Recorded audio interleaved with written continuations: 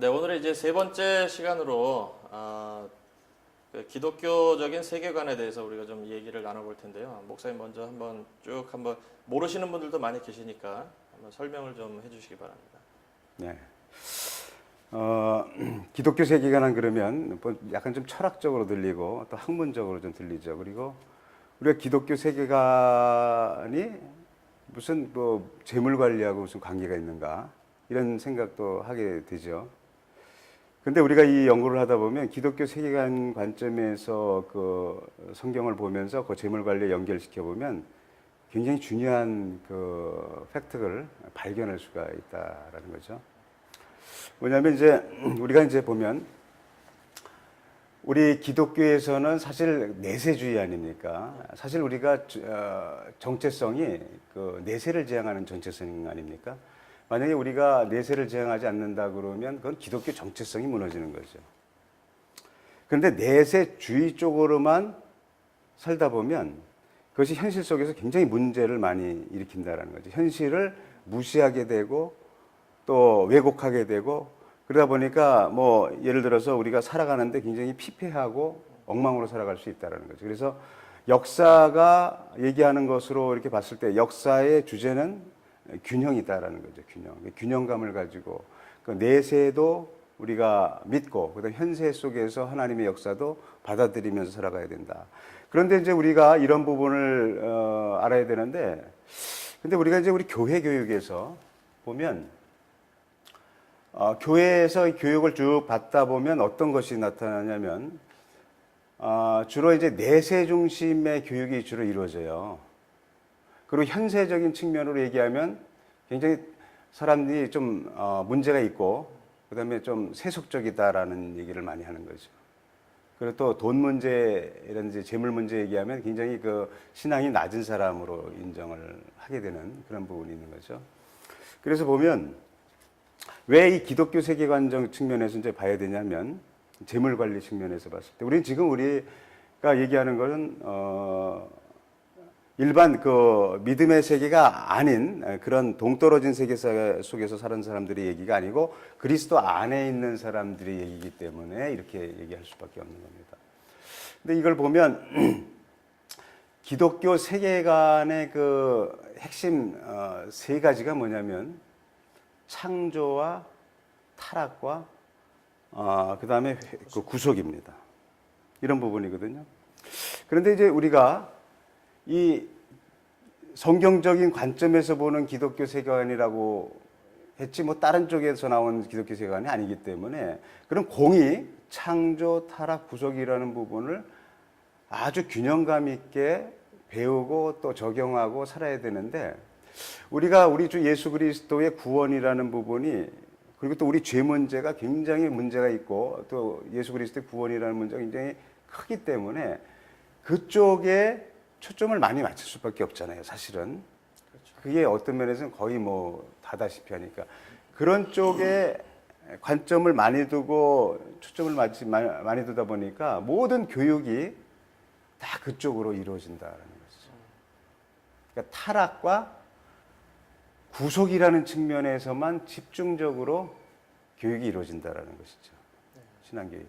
그러면 그 애초부터 타락 전에 있었던 그 창조에 대한 부분을 굉장히 그 약화시키고 겨우 우리가 그걸 갖다가 뭐 변증하는 차원에서 진화론하고 대비하기 위해서 창조만 얘기하지 그 이후에는 별로 이렇게 얘기하는 게 없어요.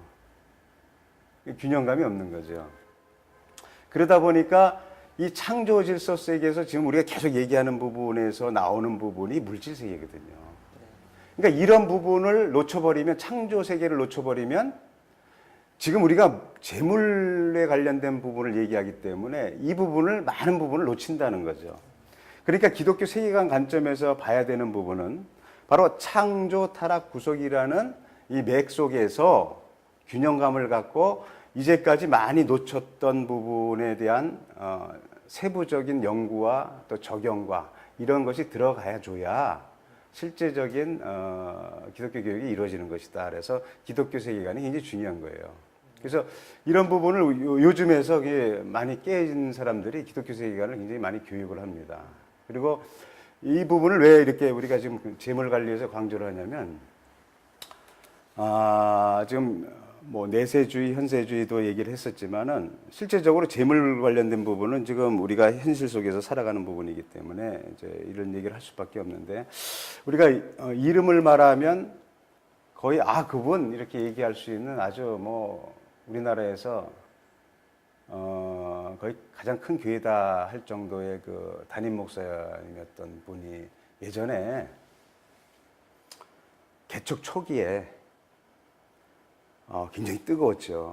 영적으로 굉장히 뜨겁고, 그 다음에 이제 복음에 대한 열정이 강하고, 그래서 천막을 쳐놓고 이제 교회를 개척하지 않았습니까? 그래가지고 이제 복음을 들고 막 전하는 거죠.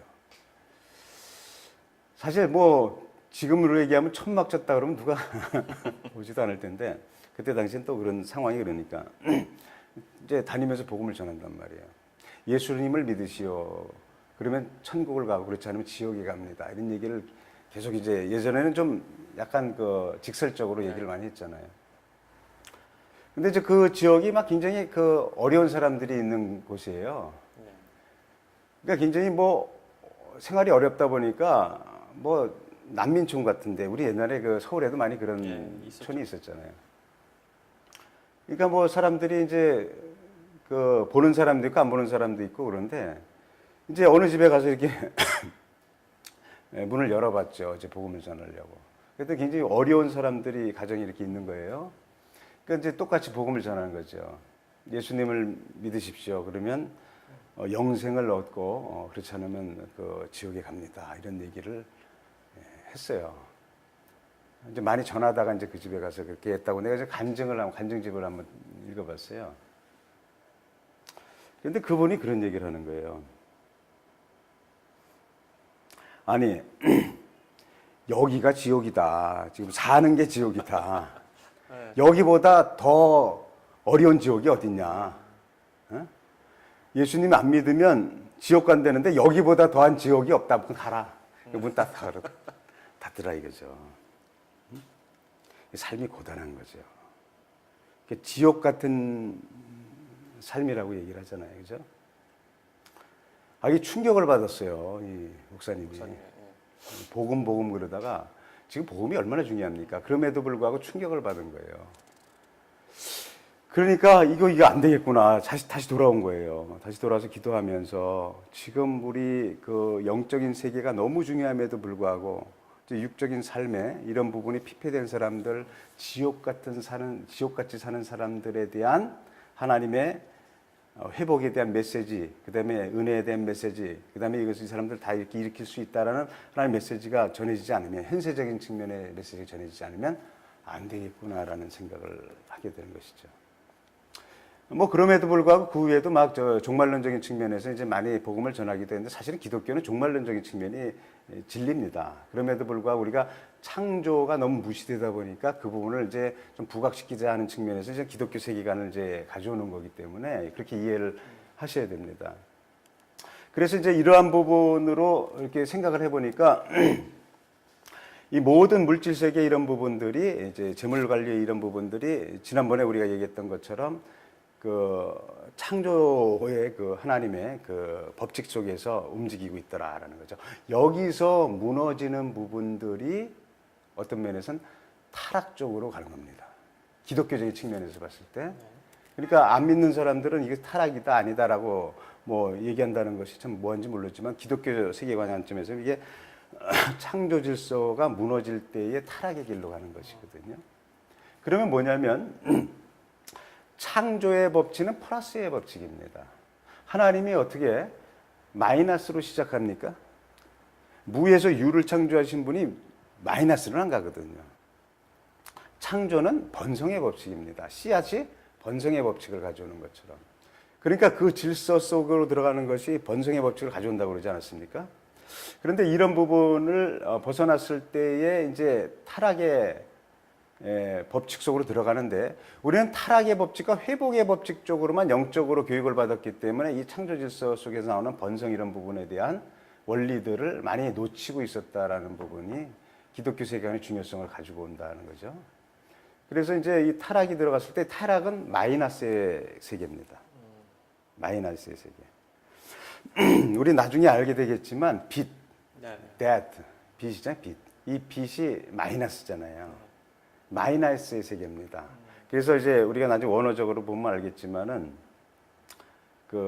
그때 당시에 뭐 아람어를 썼지 않았습니까? 예수님 시대에는 아람어를 썼는데 아람어에서 나오는 부분으로 해서 이렇게 그 연결을 해서 헬라어로 이렇게 놓고 그다음에 우리가 또 번역도 하고 이렇게 하는데 이게 보면 아람어와 히브리어가 이제 같은 유사한 맥에서 이렇게 오는 건데 거기에 보면 이제 그 빚이 죄하고 같은 단어로 이렇게 쓰이거든요.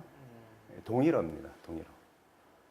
그러니까 뭡니까? 죄가 마이너스의 세계 속에서 움직인다라는 것이죠. 그럼 뭐예요? 이게 그러니까 물질적인 측면에서 봤을 때는 궁핍하고 빚지고 어려운 상황으로 들어간다는 것입니다.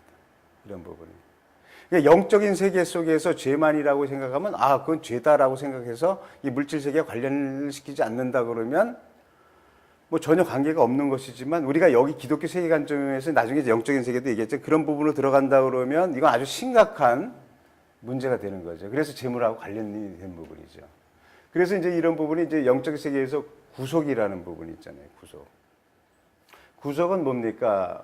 말 그대로 창조 질서 속에서 깨진 부분, 타락을 회복시키고 재창조시키는 부분이 있거든요. 예수님의 십자가의 죽으심이 타락을 회복시키고 재창조시키는, 부활이 이제 재창조시키는 이런 부분인데, 이런 부분에 대한 영적인 부분이 구속이라는 단어로 표현되었을 때에 이 구속이라는 단어가 우리나라에 말 그대로 구속 그러면 사실 요새 젊은이들은 구속이라는 말을 잘 몰라요. 유치장 가는 걸로 알고 있죠. 유치장 가는 걸로 알고 있죠. 그런데 그 우리나라에도 그 노예제도가 예전에 있었기 때문에 그 구속이라는 말이 있었던 거죠. 그러니까 그 단어를 구속이라는 말로 쓴 거죠. 그죠? 그래서 우리나라 말로는 또 속량이라는 말로도 쓰죠. 속량. 그것도 그러한 흐름이 있고 그러한 현실적인 세계가 있으니까 단어가 나온 것이고 그 똑같이 여기다가 적용을 한 거죠. 그러니까 이제 구약 시대에서부터 신약을 거쳐서 지금에 이르기까지 그 어떤 물질 세계의 그 맥들이 그런 흐름들이 지금 단어를 통해서 우리에게 알려주고 있는 거죠. 근데 지금 이거는 이제 영적인 세계, 죄와 거기에 대해서 벗어나는 구속, 속량이라는, 그래서 우리가 다시 한번 하나님 앞에 서고 그 다음에 이제 구원을 얻고 재창조로서 거듭난 인생으로 산다라는 그 측면으로 얘기를 하는데, 이걸 영적인 세계 속에서만 우리가 교육을 받았기 때문에 이 내면의 세계 이런 부분에 물질 세계와 관련이 있다는 부분에 대해서는 전혀 모르는 거죠. 하나님의 나라에 대해서 지난번에 우리가 얘기했잖아요. 하나님의 나라가 임했단 말이에요. 우리가 하나님의 나라 그러면 사람들이 그 천국만 얘기를 하는 사람들이 많이 있어요. 근데 예수님께서 이제 하나님의 나라가 임하였다라고 했을 때는 예수님이 하나님 나라의 왕으로서 통치자로서 온 거거든요. 그러니까 예수님이 임하는 곳에는 하나님의 나라가 임한 겁니다. 그래서 예수님의 영인 성령이 임하는 것도 하나님의 나라가 임한 거죠. 그러니까 하나님의 나라가 임한 곳에는 예수님이 가는 곳마다 도움을 필요로 하는 사람에게 눈을 뜨게 하고 벙어리 입을 열고 귀머리 귀를 열고 모든 질병, 문둥병 이런 것들을 고치는 이런 모든 부분들이 뭡니까? 그것이 지난번에 얘기했던 것처럼 하나님의 나라가 임했다는 증거거든요. 하나님의 나라는 질병이나 아픔이나 고통이 없잖아요. 그러니까 그게 임시적으로 임한 겁니다. 임시적으로라고 하면 좀 모르죠. 우리가 이제 신학적으로 보면 already not yet이라는 표현을 써요. 이미 하나님의 나라는 임했는데 완성은 되지 않았다. 그래서 완성은 예수님 재림 때에 일어난다라는 얘기를 하죠. 이게 이미 임했다라는 거죠. 그러니까 모든 아픔과 질병, 마이너스, 타락의 증거들, 질병, 아픔, 고통, 슬픔 이런 부분들에 대한 모든 재물로 얘기하면 마이너스, 궁핍 이런 모든 부분들에 대한 이런 것들을 물리치는 거죠. 그러니까 오병이어의 사건 같은 경우도 어떻게 보면 그 궁핍을 하나님의 나라가 임해서 궁핍은 결핍이거든요, 결핍. 뭔가 부족하다, 뭔가 필요하다, 이게 채울 수가 없다 하는데 채워주는 거거든요. 그러니까 오병이어로 채워주잖아요. 하나님 나라로. 만나 사건도 그거거든요. 만나 사건도. 그렇죠. 그러니까 이러한 부분들이 하나님의 나라에 임했다는 것을 증거한다는 것이죠. 가는 곳마다 그래요. 가는 곳마다. 그러니까 지금 우리가 이 하나님 나라의 관점에서 이렇게 기독교 세계관을 보면 이런 겁니다. 우리가 하나님의 우리 주님이 임하셨고 성령이 임하셨기 때문에 이제 성령이 인도하심을 따라 성경 말씀 속에서 타락의 그 마이너스 부분을 성경적으로 또 영적으로 조치를 취했을 때 또 성경의 가르침에 따라 물질적인 조치를 취했을 때에 나타나는 마이너스 부분을 플러스로 만드는 부분에 대한 구속에 대한 그런 것이 있다는 거죠. 그런 것이 있는 겁니다. 그래서 우리가 이제 이런 부분을 얘기할 때 우리가 사람들이 그런 얘기를 많이 해요. 뭐냐면 청지기 얘기 들어보셨잖아요. 예. 청지기 얘기를 좀 들어봤는데 적어도 그 세상 사람들은 그 물질을 호수처럼 이렇게 쌓아놓는 부분으로 이제 많이 접근을 하죠. 많이 접근을 합니다. 뭐 많이 이제 도와주는 사람도 있고 흘리는 사람도 많이 있지만은 근데 하나님의 말씀 속에 있는 그 성경의 가르침은 흘리는 겁니다. 시냇물이에요, 시냇물. 그러니까 우리가 이제 사람들이 이런 얘기를 하는 거죠. 우리는 어차피 흘러가는 인생이다라는 거죠. 나그네와 같은 인생이다. 그러니까 나그네와 같은 인생이니까 물질 같은 거 뭐 그렇게 염두에 두냐? 그걸 가지고 뭐 이렇게 아웅다웅한 사냐? 그런 걸 초월해서 살아라. 이런 것들이 우리 이제까지 기독교의 교육이었다는 거죠. 그잖아요, 그죠? 그렇죠. 그런 면이 좀 많이 있었죠. 네. 그런데 하나님께서 정말로 얘기하고자 하는 기독교적인 관점, 그러니까 기독교 세계관적인 관점에서 보면 그런 거예요. 우리가 흘러가는 것처럼 물질도 너를 통해서 흘러가야 된다는 거죠.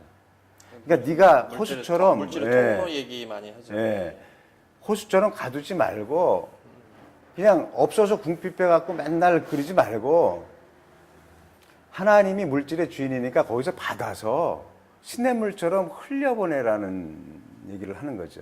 네. 근데 우리는 그런 쪽으로 접근 안 하고 맨날 물질에 관심을 갖지 말라는 식으로 자꾸 얘기를 하니까 그건 교육이 잘못됐다라는 거죠.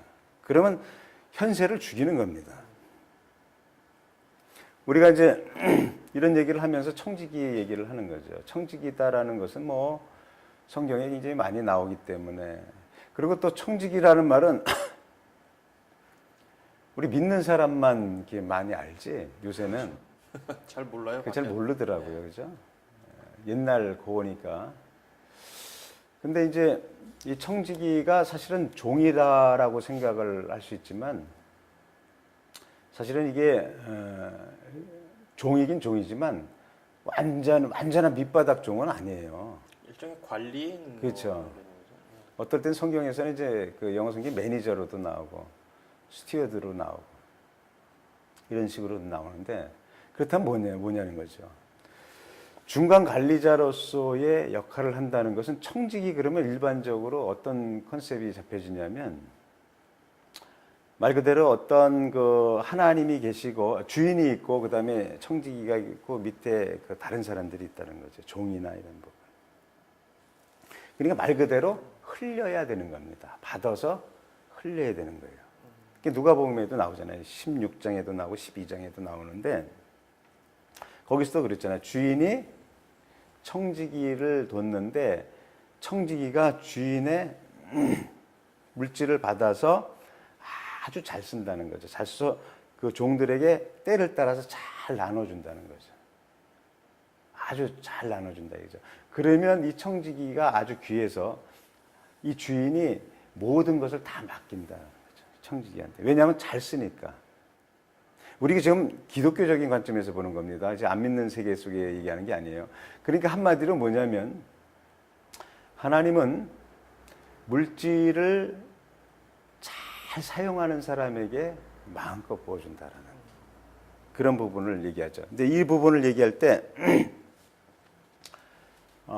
청지기에 대해서 이제 좀 얘기를 좀 해야 되겠어요. 네. 청지기에 대해서 얘기를 하겠는데 청지기에 대해서 얘기할 때는 반드시 이제 우리가 한번 물질적인 측면으로 얘기를 많이 해요. 사람들이 우리 목사님들도 이렇게 보면 다른 때는 이제 청지기라는 말을 별로 안 쓰고 헌금 관련된 부분이라든지 그럴 때 예, 재물 그럴 때 관리 때 주로 주로 많이 쓰잖아요. 그러니까 그게 왜 그렇게 됐는가?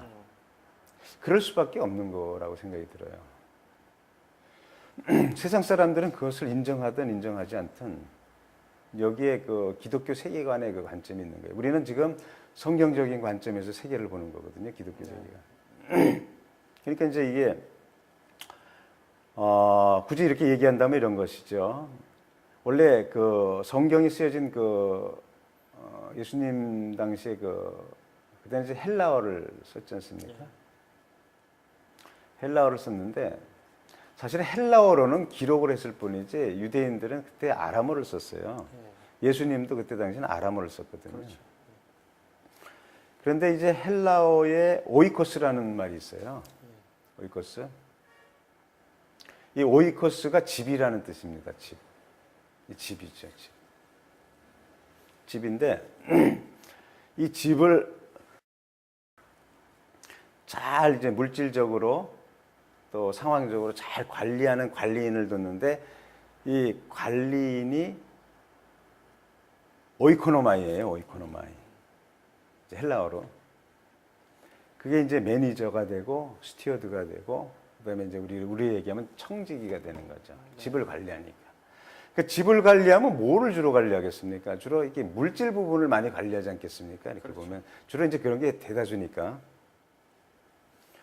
그러니까 이제 오이코노마이인데 오이코노마이가 청지기가 이 집에 이 주인의 집을 관리하면서 뭐 물질이 들어가고 나가고 회계 정부 장부를 관리하고 막 이런 부분들을 잘 하는데 이런 부분들을 경제적인 부분을 이제 많이 처리를 해야 되니까 이런 부분에서 경제라는 말이 생긴 거죠. 그래서 이제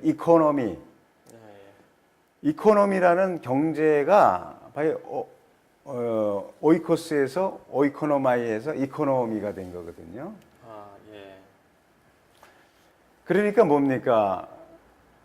집이 있는데 그 집을 관리하는 사람이 집에 관련된 출입 관련된 모든 물질을 관리하고 이렇게 잘 이렇게 필요한 사람한테 이게 뭐 주고 뭐 받고 막 이렇게 하는 모든 부분을 하는 부분을 이제 나중에 이코노미로 이렇게 이제 연결이 되는 것을 보면 그 원어에서부터 쭉 언어라는 거는 문화와 풍습과 모든 그 철학이 담겨져 있잖아요. 그렇죠.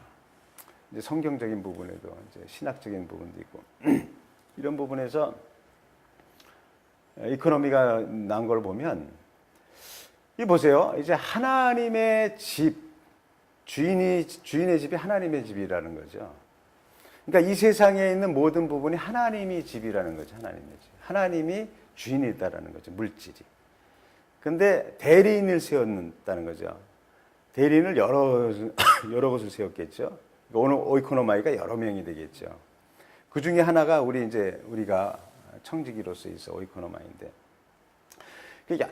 여러 청지기들이 있는 거죠. 하나님의 집에 이것을 서로 관리하고 잘하고 또 막 이렇게 하는 부분들 이런 그 물질 세계에 관련된 하나님의 그 물질을 잘 쓰고 관리하고 또 생산하고 막 이런 부분들에 대한 것이 결국은 경제 활동이다라는 거죠. 아, 예. 그래서 이제 기독교적인 세계관에 대해서 이제 그 창조, 타락, 구속의 법칙에 대해서 이제 말씀을 하셨는데 그 중에 이제 창조의 법칙은 플러스의 세계고 타락의 세계는 마이너스의 세계다. 그런 말씀하셨잖아요. 이제 우리 그 믿는 사람들이 이런 기독교적인 세계관에 대해서 일반 평신도 같은 경우는 별로 교육을 받을 기회가 없습니다. 뭐 그 목사님이나 전도사님들은 신학교에서 이제 여러 가지 그 과목들을 배우는 중에 기독교적인 세계관에 대해서도 배우고, 저 같은 경우는 이제 옛날에 고등학생 때 전도사님께서 그런 기독교적인 세계관, 뭐 물질관, 뭐 이런 거에 대해서도 강의를 해주신 적은 있지만 그게 잘 이해가 안 되거든요. 그래서 이제 우리가 이 영상을 만드는 목적 중에 하나는 이제 믿는 실업인들이, 크리스찬 실업인들이 이 영상을 보실 텐데, 그러면 이런 기독교적인 세계관하고 우리 물질관, 이 어떤 관계가 있는지, 어떤 구체적인 예를 들어서 좀 이해하기 쉽게 한번 좀 설명을 해주시면 좋을 것 같습니다. 네. 예를 한번 들어보죠. 구체적인 예일 수도 있지만 또 아닐 수도 있습니다. 근데 예전에 IMF 그 금융 사태가 우리나라에 일어났습니다. 1998년 정도 됐죠. 그때까지 그 우리 기독교 크리스찬 기업인으로서 굉장히 탁월하게 사람들한테 인정을 받았던 그룹이 그 이랜드 그룹이 있습니다. 예, 예. 박성수 회장님이 이제 들고 있었죠. 물론 이제 뭐 부분적으로는 많이 뭐 이렇게 얘기도 많이 있기는 있었어요. 근데 이제 크리스찬 마인드를 가지고 정말 청지기로서 잘하고 있다라는 얘기를 많이 들었습니다. 그런데 이제 IMF가 터졌단 말이에요. 근데 부도 위기에 몰린 겁니다. 부도 위기에 몰려가지고 이제 어려웠습니다. 그때 부도 난 회사는 너무 많으니까 그거는 이제 그때 공동체의 재난입니다. 그러니까 개인의 재난이 있고 공동체의 재난이 있거든요. 이게 재난의 법칙이라는 게 있어요. 나중에 법칙이에요. 재난의 법칙이라고 있는데 재난의 법칙에 대해서 내가 나중에 한번 얘기를 해보는데 재난의 법칙 중에서 이제 구체적으로 들어가는 게 개인의 재난이고 그다음에 공동체의 재난입니다. 공동체의 재난으로 들어갈 때는 개인의 그거가 희생을 당할 수밖에 없는 상황이 벌어지죠. 그런데 이때에 이랜드도 주님을 잘 섬기는 아주 독실한 청지기 기업이었는데 부도위기를 맞았어요. 부도위기를 맞았어요. 그랬을 때 거기서 이제 회생되는 놀라운 아주 기가 막힌 또 하나님의 법칙이 적용이 됐어요, 거기에. 거기서. 그게 이제, 하나님은 우리는 모르는데 하나님은 그 맥에 기업체 전체에 흐르는 하나님의 진리 체계 속에서 그것을 품고 계신다기보다도 그거를 보고 계시다가 어느 시점에 그 부분이 드러났을 때 그것을 하나님의 의를 통해서 그것을 회복시키는 그 구속의 그 은혜가 있어요.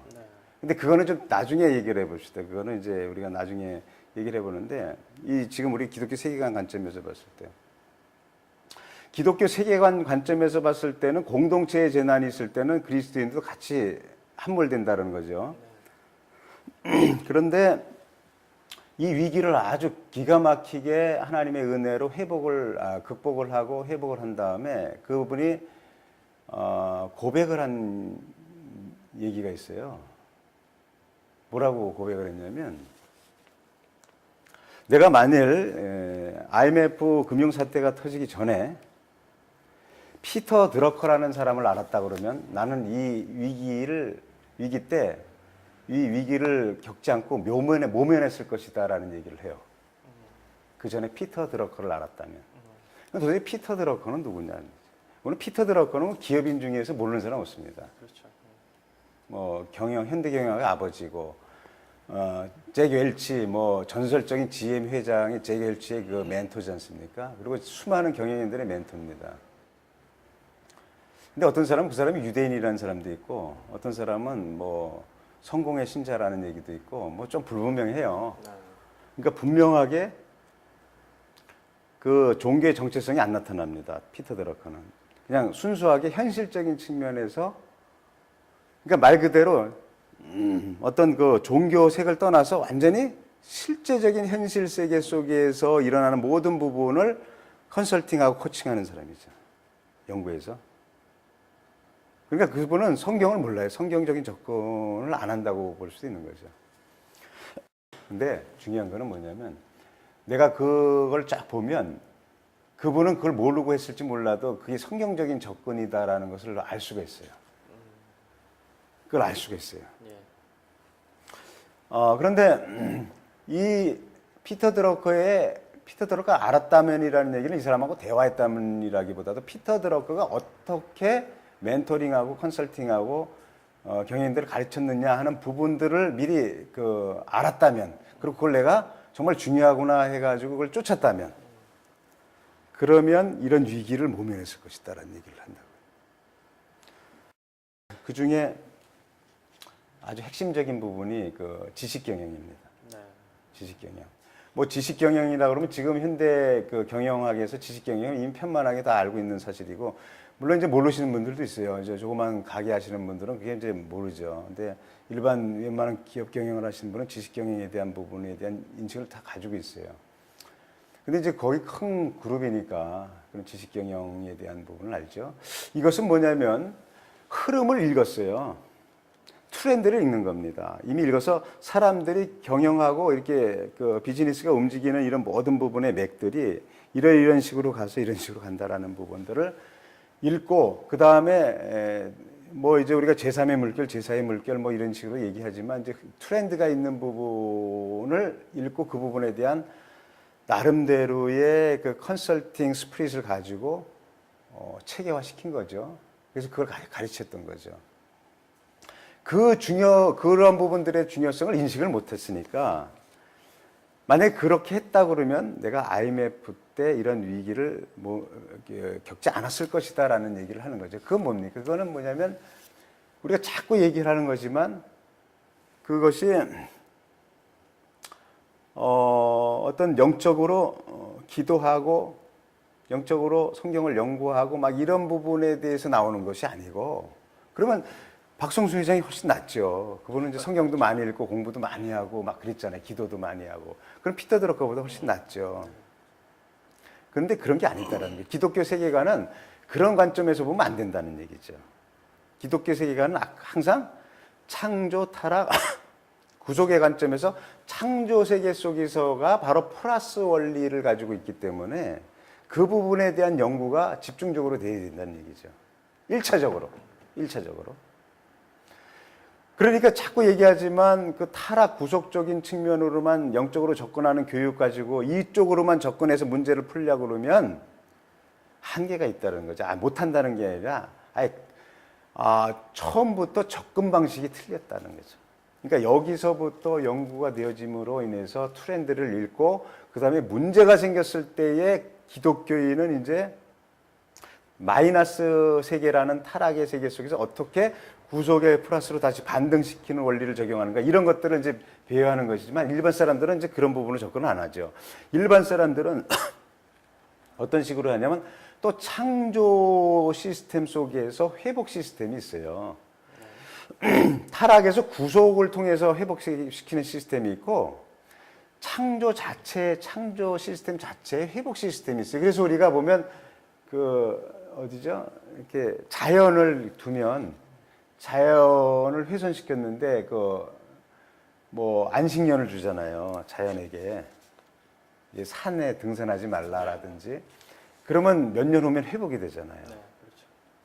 그 하나님의 창조 질서 속에는 그 회복의 능력이 있거든요. 근데 그게 질서를 따라가요, 그것도. 그러니까 이제 그런 게 있어요. 그러니까 노력을 해야 된다.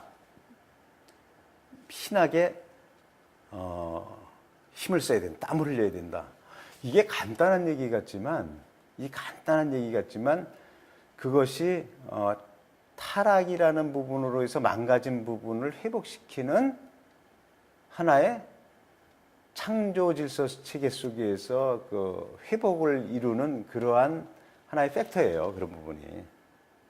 노력이라는 건 당연한 거 아니냐 이렇게 생각할지 모르지만, 당연한 거라는 자체가 원래 그렇게 해야 되는데 그렇게 못한 것에 대한 대가 지불을 받자는 거예요. 그래서 항상 뭐냐면 어떤 문제가 일어나면 대가 지불이라는 그런 부분이 항상 요구됩니다.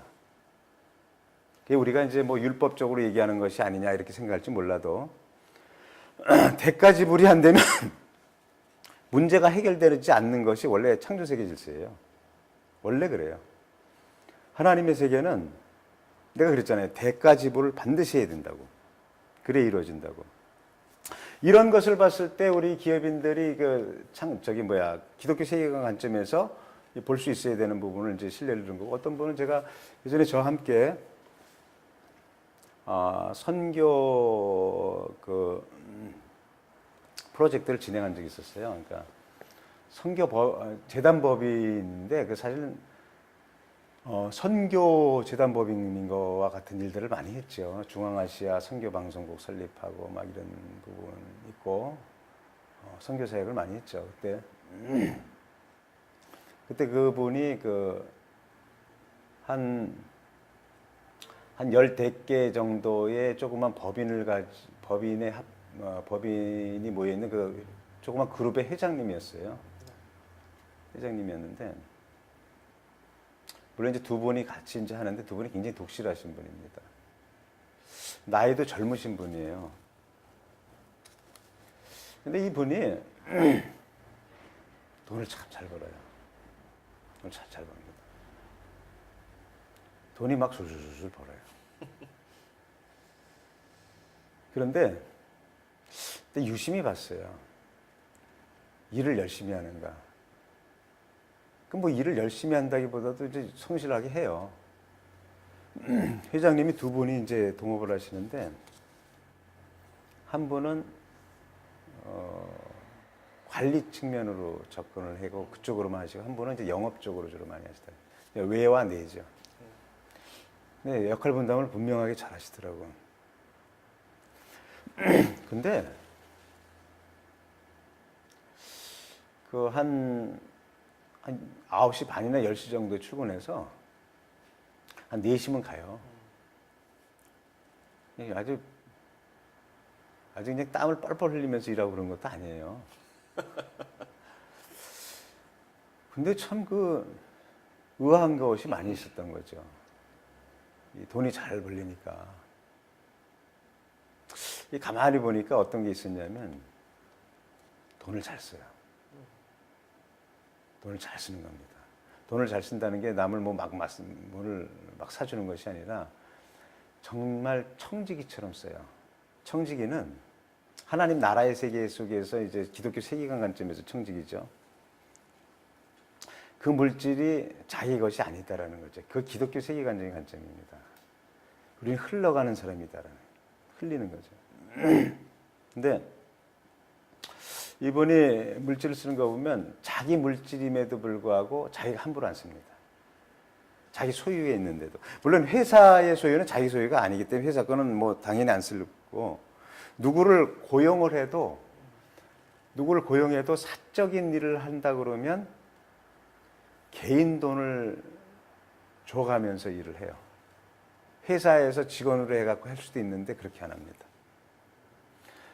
그러니까 하나님의 법질서 세계에도 잘 지킬 뿐만 아니라 돈을 쓰는데도 자기 소유의 돈인데도 함부로 쓰지 않고, 막 지금 급박하다고 막 그러는 사람이 있는데도 안 써야 될 곳은 안 쓴다는 거죠. 그러기 힘들거든요. 근데 국률의 법칙 이런 거는 또 다른 차원인데, 어떤 일이 있었냐면, 누님이 굉장히 어려웠어요. 여전도사님이었는데 그때 굉장히 어려웠습니다, 생활이. 근데 이분은 좀 돈이 많았었어요. 이건 좀 영적인 부분도 있는데, 한 번은 누님이 너무 어려우니까 돈을 가지고 누님을 도우러 갔어요. 그런데 이제 집 부근에까지 갔는데, 나름대로 하나님의 내적인 음성을 들은 거죠. 뭐냐면, 네가 왜 네 돈을 내가 원하지 않는 곳에 쓰느냐. 네 누나는 내 종이다. 내 종은 내가 훈련시키는데 왜 네가 훈련을 방해하느냐. 네 돈을 왜 그렇게 네 맘대로 쓰느냐. 네 돈이라고. 그런 내적인 음성을 들은 거예요. 이거는 어떤 영감위에서 막 하늘에서 들리는 것이 아니라 그런 게 있잖아요. 그죠? 깨달음이. 펑펑 울면서 돌아왔대요. 못 주고. 줘야 되는데. 그것만 주면 굉장히 문제도 풀리고 좋을 텐데. 펑펑 울면서 돌아왔대요. 예? 그리고 정말로 그분이 그 자기가 버는 거에 한 30%를 정말 필요한 것에 늘 물줄기를 뽑아요. 물줄기 뽑습니다. 굉장히 뽑아요. 우리는 보통 사람들이 목사라 그러면 이제 헌금 강조한다 이렇게 얘기를 해요. 저는 그런 식으로 얘기하지 않습니다. 저는 아주 냉정하게 얘기를 해요. 때로는 교회에서 이렇게 해서는 안 된다까지도 얘기를 합니다. 그런데 사람들은 일반적으로 헌금을 교회에 내는 것만 헌금이라고 생각하는 게 굉장히 많습니다. 그런데 하나님께서는 애초부터 구약 시대부터 이 헌금이라는 제도가 이제 원류적인 측면에서 봤을 때는 그것이 어떤 우리가 일반적으로 지금 얘기하는 그 교회적인 부분, 제의라든지 이런 쪽에 레위족이라든지 이런 쪽에 뭐 들어가는 거지만은 그런 쪽으로만 만들질 않았어요. 다 고아와 가부, 연약한 사람, 나그네 이런 사람들을 위해서 헌금 제도를 다 두는 걸 볼 수가 있어요. 그게 다 헌금입니다. sacrifice예요. 희생입니다. 헌금은 희생입니다. 그래서 나중에 희생의 법칙도 있지만 희생이 들어가면 반드시 그 씨앗의 열매가 씨앗의 원리가 그 희생의 원리이기 때문에 반드시 열매를 맺거든요. 그러니까 그 자기가 정말로 하나님께서 기뻐하시는 곳에 그 자기의 물질을 잘 흘립니다. 교회 생활 이런 부분도 한번 짚어볼 필요가 있어요. 사람들이 교회 생활하면 주로 교회 들어오면 이제 내세 중심적으로 많이 생각을 하다 보니까 그러다 보니까 이제 기도는 또 이렇게 현실적인 측면으로 기도를 하면서 생각은 좀 내세적으로 많이 하잖아요. 그러다 보니까 이제 교회에서 생활하는 부분이 그 사람의 신앙의 판단의 기준이 된다는 거죠. 전체적인 관점으로 보지 않고. 그러니까 어떤 아까 얘기했던 회장님은 해외 출장을 많이 가거든요. 국내도 많이 가고 그러는데 그러다 보니까 이제 본교에서 그 예배 드리는 경우가 이제 없는 경우가 꽤 있어요. 이제 사람들은 뭐 그렇다고 이해를 하지만은, 일반적으로 우리 인식 속에서는 그것이, 중직자라든지 뭐 이런 사람들은 본교에서 항상 그 주일 성수를 해야 된다라는 것이 이제 일반적인 가르침이잖아요. 만약에 그렇게 못한다 그러면 신앙에 좀 문제가 있는 것으로, 얘기를 듣고, 이렇게 하는데 뭐 요새는 이제 많이 완화됐지만은 그때 당시만 해도 좀 그것이 좀 엄격한 상황일 때 전혀 그런데 구애함이 없는 거예요. 자유함이 있는 겁니다. 그게 뭐 좋다 나쁘다를 떠나서 이분은 꼭 그 본교에서 예배를 꼭 드려야 된다라는, 물론 이제 굉장히 중요함에도 불구하고 내가 어느 상황에서 어디에 있든지 그 하나님과의 바른 관계와 그때 그리스도인의 참된 모습을 보이면 된다라는 그런 게 좀 있어요. 사실은. 이제 목사님들마다 이제 보는 관점이 어떻게 될지 모르지만은, 그런데 이런 부분들에 대해서 오히려 매주 꼬박꼬박 그 자리를 지키면서 그 신앙생활을 하는 사람보다 훨씬 더 영향력이 있고 또 신앙이 깊습니다. 매일 아침마다 하나님과의 대면하고 그러면서 어디 가서 또 영향력 있는 일도 하고 막 이런다는 거죠. 그러니까 이제 우리가 이런 부분을 교회에서 종교인을 키우는 이런 부분보다는 사회에 나가서 영향력 있는 그리스도인을 키워가는 것이 귀하다라는 것이죠. 우리가 지금 안티 크리스찬들 때문에 굉장히 그 어려운 상황에 있는데 이 모든 부분들은 바로 어떤 교회 안에서의 종교인을 많이 양산시킴으로 인해서 어떤 유대인을 얘기하는 그 개토 이런 개념으로 세상 사람들이 많이 인식함으로 인해서 질타를 많이 받죠. 그런데 만약에 그 영향력 있는 사람이 있다 그러면 그렇지 못하는 거죠.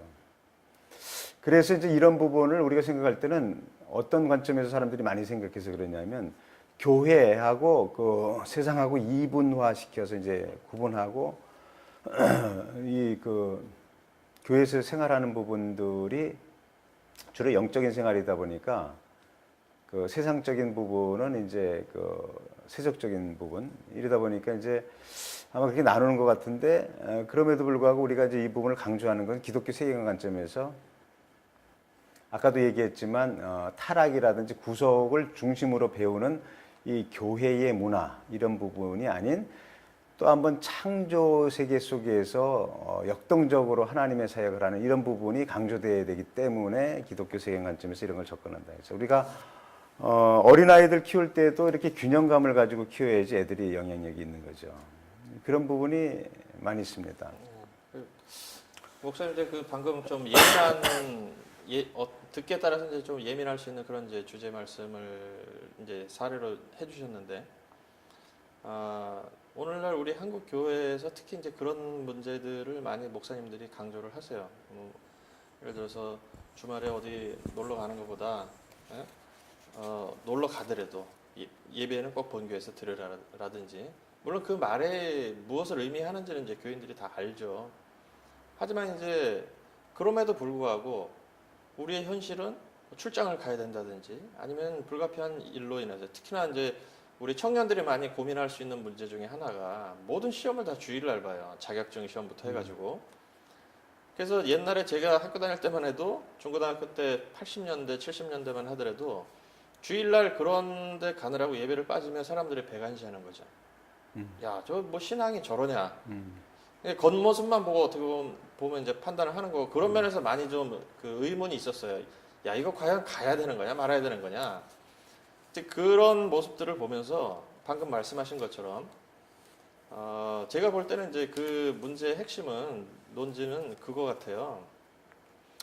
주일날 교회에서 꼭 그렇게 자리를 지키고 안 지키고, 또는 출장 가느라고 교회를 자주 빠진다든지 하는 어떤 그런 문제들 자체가 논란의 거리는 아니지 않느냐.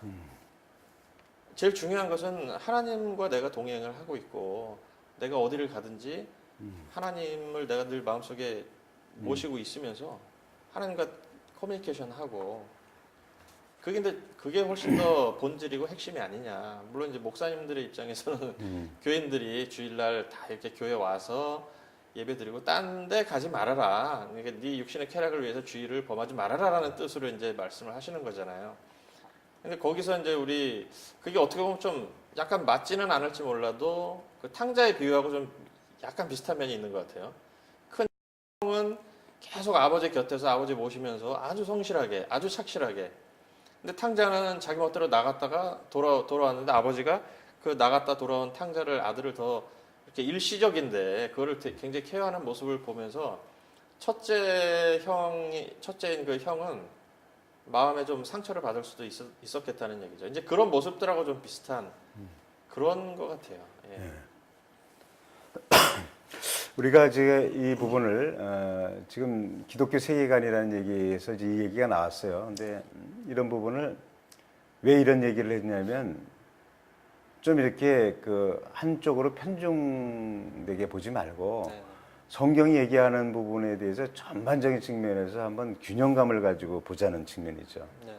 그러니까 한쪽으로 너무 치우치다 보니까 한쪽이 많이 그 상하고 피폐되고 이런 부분인데, 그러면 그렇게 피폐되면 그게 균형감을 잃어서 하나님의 말씀에 어떤 면에서 명령 거스리는 부분이기 때문에 균형감을 잃어서 그렇다고 생각하지 않고, 여기서 기도가 부족하다든지 뭐 이렇게 이런 것 때문에 그렇다라고 생각하면 안 된다는 거죠.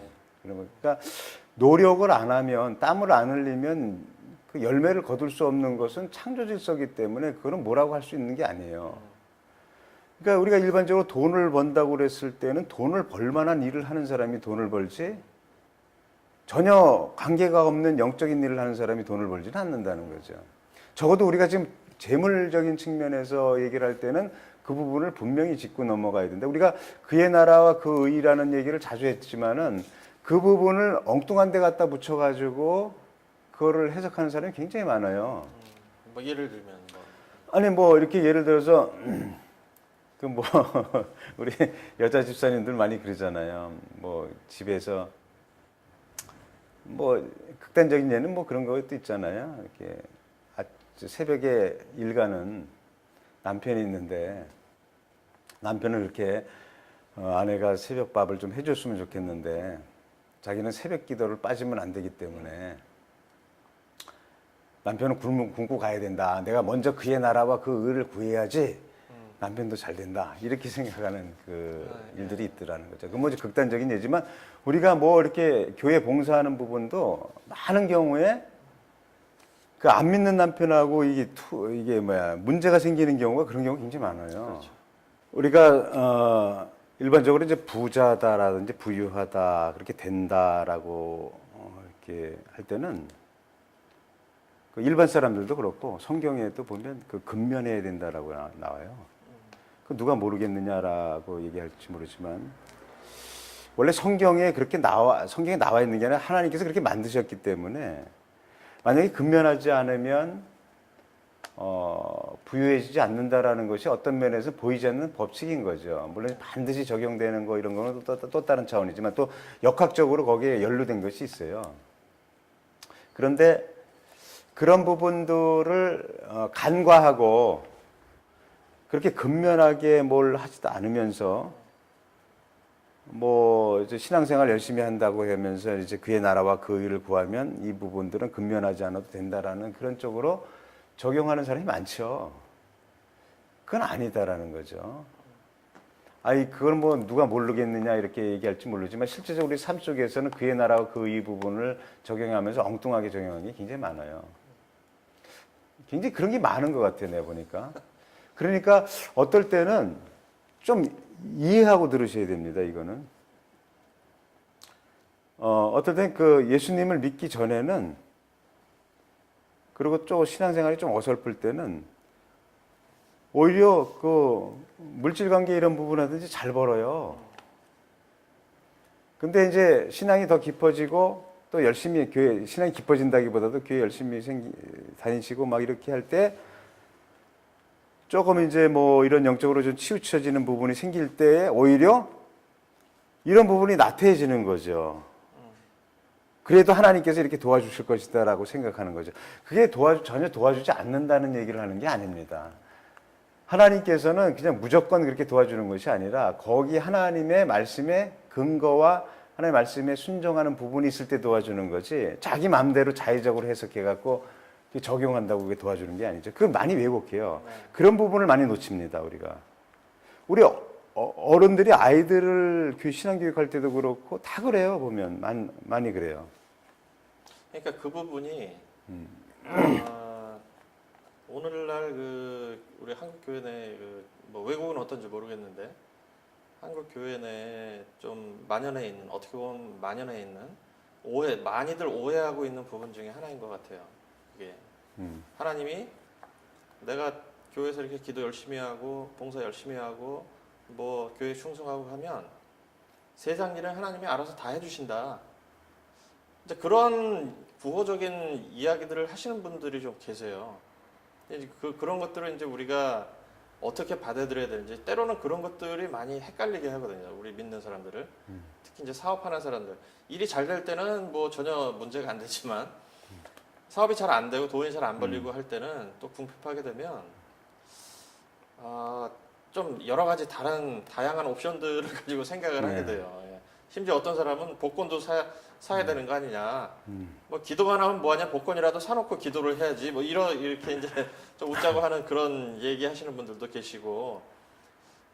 그런 면에서는 오늘 말씀하신 그런 어떤 균형을 가져야 된다. 기독교적인 세계관을 가지고 균형을 가져야 된다. 그리고 창조의 세계는 플러스의 세계고, 타락의 세계는 마이너스의 세계다.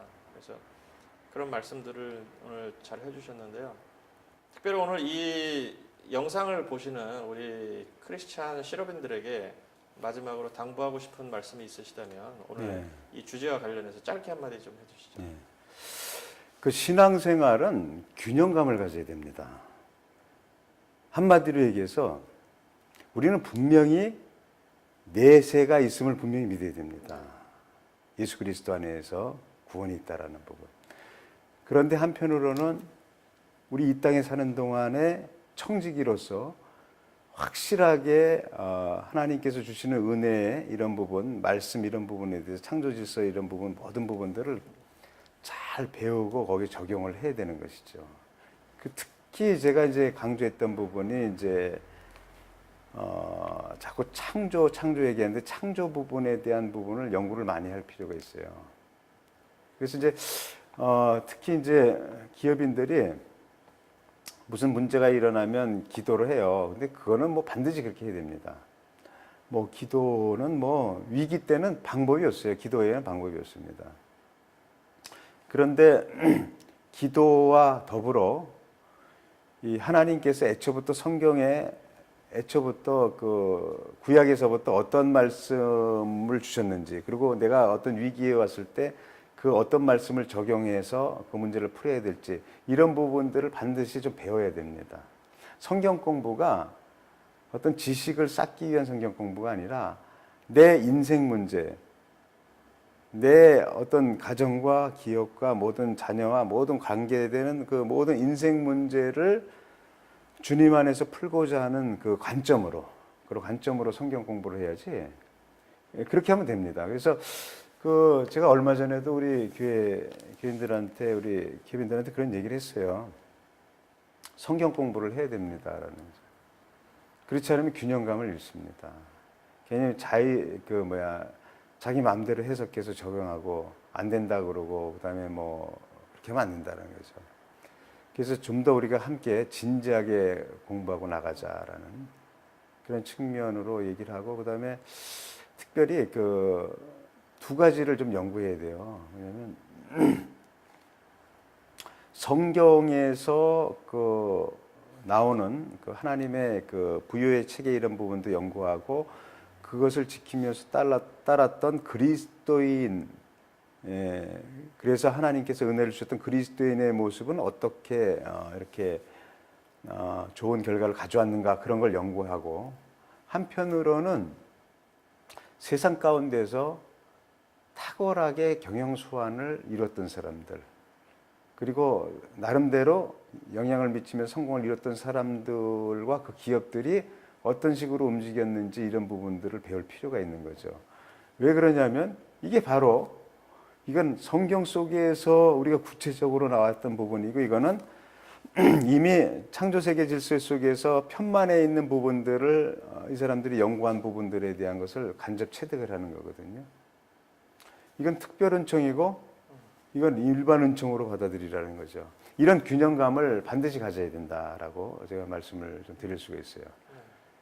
그 다음번에는 이제 본격적으로 물질이 어떻게 들어오게 되고, 이제 뭐 실제적인 그 말씀을 이제 나눈 거죠. 지금까지는 이제 배경이었습니다. 이제 원리의 배경이고, 이제 구체적으로 그 원리가 적용되면서 어떻게 그 물질이 움직이고 또 소득이 되고 또 나가고 막 그 문제가 생기고 또 문제가 풀리고 이러는가, 이런 부분들에 대한 그래서 본격적으로 해서 이제 소득의 세계에 대해서 한번 좀 말씀을 나누려고 합니다. 네, 알겠습니다. 네, 다음 주가 또 기대가 많이 됩니다. 자, 그럼 오늘은 여기에서 마치도록 하겠습니다. 목사님 감사합니다. 네.